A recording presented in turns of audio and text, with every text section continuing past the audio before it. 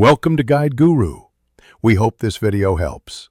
You start by confirming the diagnosis with your eye doctor and recording baseline acuity. This tells you what to fix. Once done, collect the patch, any prescribed atropine, and simple training tools like high-contrast cards and a timer. Begin occlusion immediately on the schedule your clinician gave you. Set predictable slots each day to build habit. Keep a log of hours patched and symptoms. This helps you and the clinician measure progress and adjust the plan as needed.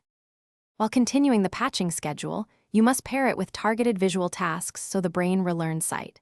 Do 20-40-minute sessions of near focusing, letter/shape tracking, and contrast tasks, then include distance activities to recruit peripheral fusion. Once done, change tasks daily to prevent boredom and to challenge different skills. Make sure to log therapy duration and symptoms.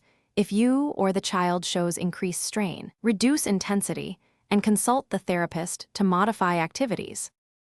As acuity and binocular control improve, you taper occlusion per your clinician's guidance and switch to maintenance exercises several times a week to lock gains in. Once done, attend regular follow-ups to confirm stability and adjust near/far training.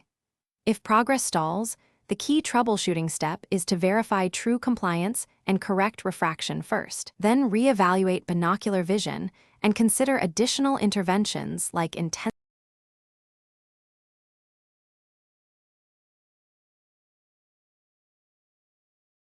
Thanks for watching. Consider subscribing if we helped you today.